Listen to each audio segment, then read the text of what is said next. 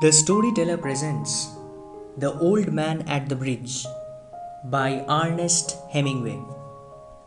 Ernest Miller Hemingway, born July 21, 1899, died July 2nd, 1961, was a novelist, short story writer, and journalist. He was one of the veterans of World War I, later known as the Lost Generation. He received the Pulitzer Prize in 1953 for The Old Man and the Sea, and the Nobel Prize in Literature in 1954. The Old Man at the Bridge by Ernest Hemingway. An old man with steel-rimmed spectacles and very dusty clothes sat by the side of the road. There was a pontoon bridge across the river, and carts, trucks, and men, women, and children were crossing it. The mule-drawn cart staggered up the steep bank from the bridge, with soldiers helping push against the spokes of the wheels. The trucks ground up and away, heaving out of it all, and peasants plodded along in the ankle-deep dust. But the old man sat there without moving.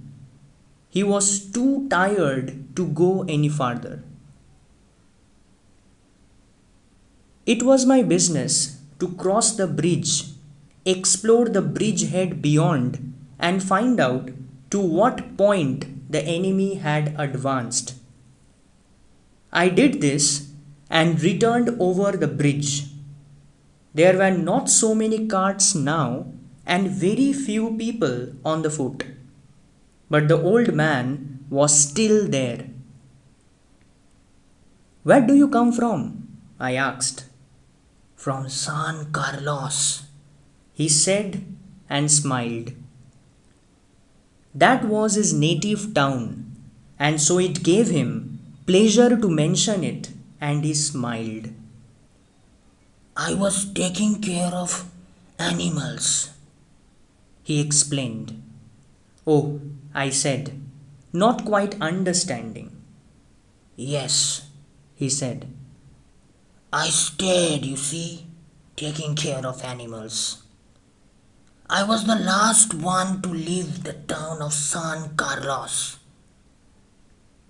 He did not look like a shepherd, nor a herdman, and I looked at his black dusty clothes, and his grey dusty face, and his steel-rimmed spectacles, and said, "What animals were they?"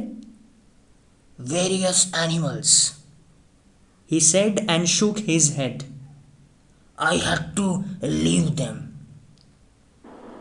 I was watching the bridge and the African-looking country of the Ebro Delta, and wondering how long now it would be before we would see the enemy, and listening all the while for the first noises that would signal that ever mysterious event called contact.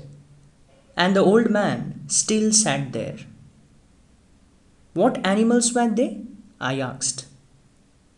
"There were 3 animals altogether," he explained. "There were 2 goats and a cat, and there were 4 pair of pigeons." "And you had to leave them?" I asked. "Yes, because of the artillery. The captain told me to go because of the artillery." "And you have no family?" I asked, watching the far end of the bridge where a few last carts were hurrying down the slope of the bank. "No," he said. "Only the animals," I stated. "The cat, of course, will be all right. A cat can look out for itself. But I cannot think what will become of the others." "What politics have you?" I asked. "I am without politics," he said. "I am 76 years old. I have come 12 kilometers now. and I think now I can go no farther. This is not a good place to stop, I said. If you can make it, there are trucks up the road where it forks for Totosa. I will wait a while, he said, and then I will go. Where do the trucks go? Towards Barcelona, I told him.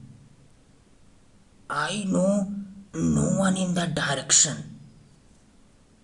He said. But thank you. Thank you very much. Thank you again very much.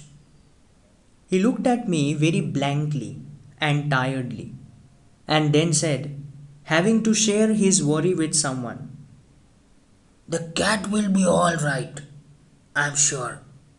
There is no need to be unquiet about the cat. But the others? Now, what do you think about the others? why, they will probably come through it all right. You think so? Why not? I said, watching the far bank when now there were no carts. But what will they do under the artillery when I was told to leave because of the artillery? Did you leave the dove cage unlocked? I asked.